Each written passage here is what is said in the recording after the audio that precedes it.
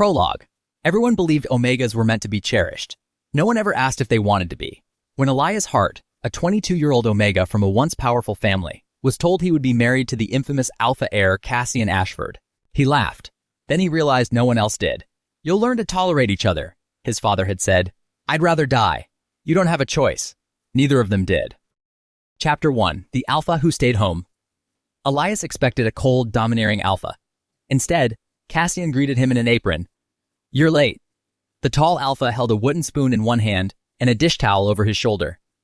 "Dinner's getting cold." Elias stared. "You're cooking?" "I live here." So, someone has to cook." That was not how alphas were supposed to be. Cassian wasn't wearing expensive suits. He wasn't surrounded by bodyguards. He wasn't barking orders. He was standing barefoot in their kitchen, stirring soup. Elias frowned. "What kind of alpha cooks?" Cassian shrugged. "The hungry kind." Over the next several weeks, nothing made sense.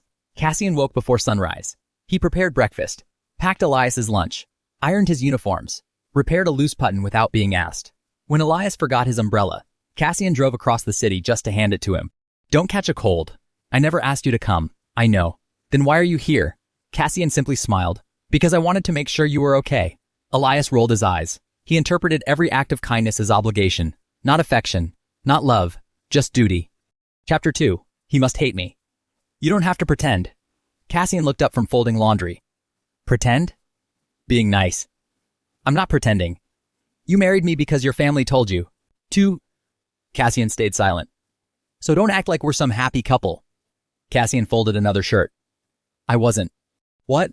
"I wasn't told to marry you." Elias frowned. "What do you mean?" "I accepted."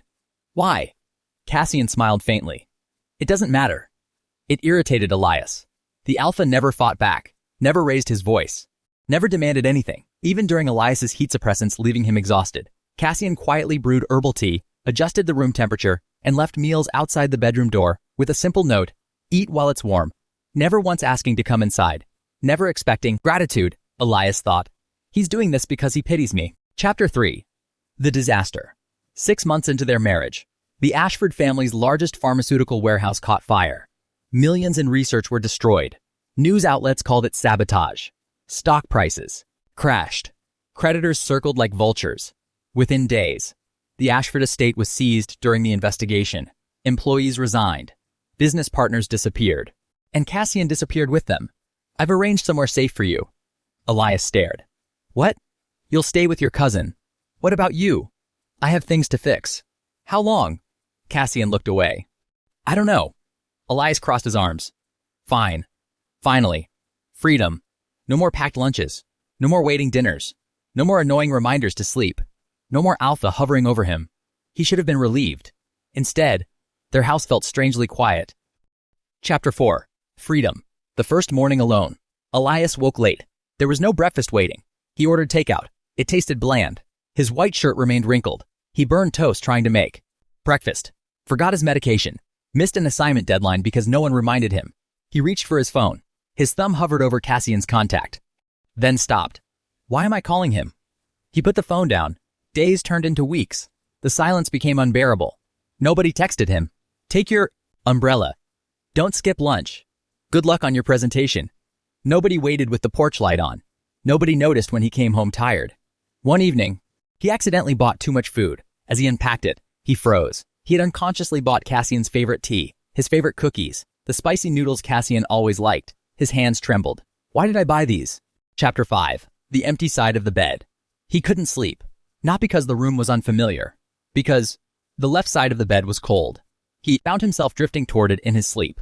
Every morning, he woke hugging Cassian's abandoned pillow. It still carried the faint scent of cedarwood and fresh linen. He buried his face into it. "Stupid alpha." His voice cracked.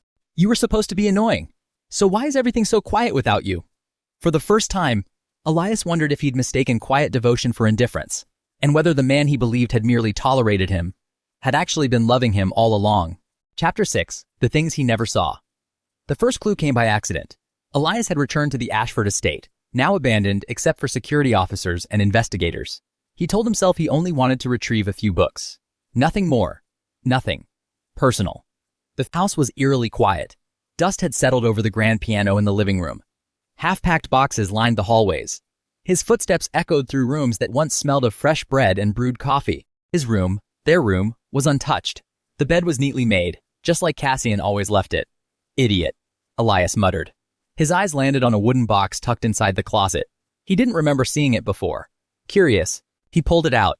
Inside were dozens of neatly organized envelopes. Every single one had his name written in familiar handwriting. Elias opened the first letter. If you're reading this, then I probably forgot to tell you how proud I am. Today you smiled during breakfast. It lasted exactly 4 seconds. I pretended not to notice because I knew you'd stop if I looked. I hope one day you smile because you're happy, not because you're trying to be polite. Elias frowned. What is this? He opened another. You skipped lunch again. I know because the lunchbox came home untouched. I made your favorite fried chicken tomorrow instead. Hopefully you'll eat this time. Another. Your hands were shaking after your presentation today. Everyone thought you were nervous. I knew you forgot breakfast. Please take better care of yourself. I can't always remind you forever. Another. Happy birthday, Elias. I wanted to buy you that expensive fountain pen you kept looking at. Maybe next year? His breath caught. There were letters for every month, every holiday, every small achievement. Some were never meant to be read. Some were unfinished. Some simply said, he laughed today. Worth everything. Elias's vision blurred. No. He shook his head. No. The Alpha had noticed everything. Every habit, every expression, every tiny victory. Even the things Elias himself forgot. Chapter 7. The Maid's Story. As he wiped his eyes, an elderly voice spoke behind him. You finally found them. Elias turned sharply. Mrs. Helen, the Ashford family's housekeeper. She smiled sadly. I wondered when you would. You knew about these? She nodded. Young Master wrote them almost every night. Elias stared. Why? Because he couldn't tell you. What? Mrs. Helen sighed. He was afraid. Cassian, he believed, if he loved you too openly, you'd hate him even more. Elias's chest tightened. He loved me. The old woman looked genuinely surprised. You didn't know? Elias couldn't answer. Mrs. Helen laughed softly. Oh, child, he adored you. He learned to cook because your medical file said you skipped meals whenever you were stressed. He changed all the pillows because you complained once that your neck hurt. He secretly replaced your worn-out shoes after seeing the soles tear. He canceled business trips just because you caught the flu. Elias shook his head repeatedly. No, that can't be. Mrs. Helen smiled gently. He even took housekeeping classes. What? He said. She chuckled through watery eyes. If Elias comes home exhausted, I want him to come home to peace. Silence. He wanted to be the kind of alpha who made home feel safe. Elias covered his mouth. His knees gave out. He sank onto the floor. The tears came before he could stop them. Chapter 8. Gone. 3 months. Cassian had been gone for 3 months. No calls. No messages. No news. His number was disconnected. His office had closed. No one knew where he was. Or perhaps, no one wanted to tell him. Elias began searching anyway. He visited every place Cassian used to go. The cafe where he bought fresh bread every Sunday. The florist where he always purchased white lilies, because Elias once absent-mindedly said they smelled nice. The bookstore where he'd quietly ordered Elias's textbooks before every semester, everywhere. People smiled sadly. Oh, Mr. Ashford? He hasn't been here. But he always talked about his husband. He looked so proud. Another knife to Elias's heart. Chapter 9. The Truth. One rainy evening, an unfamiliar alpha approached him outside the university. You're Elias? Who are you? My name is Rowan. I worked for Cassian. Elias's heartbeat quickened. Where is he? Rowan didn't answer immediately. Instead, he handed Elias a thick folder. You deserve to know. Inside were financial records, security reports, threat assessments, hospital bills, legal documents, and one horrifying discovery. Every attack aimed at Elias over the past year had never reached him. Because Cassian intercepted them first. A stalker who'd learned Elias's routine, blackmail against Elias's family, and attempted kidnapping tied to a rival corporation. Cassian had quietly resolved them all, never mentioning a single one. Then, Elias found medical reports. His hands froze.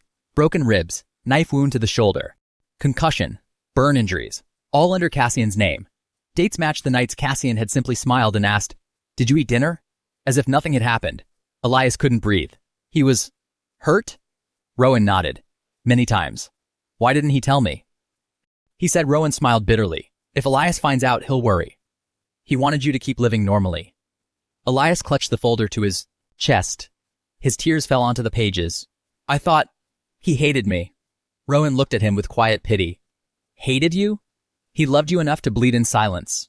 Outside, the rain continued to fall. For the first time since Cassian had disappeared, Elias whispered the words he'd been too blind to understand before. Come home. No one answered. Only the rain and the unbearable realization that the place he had once believed was a prison had always been the only place that truly felt like home.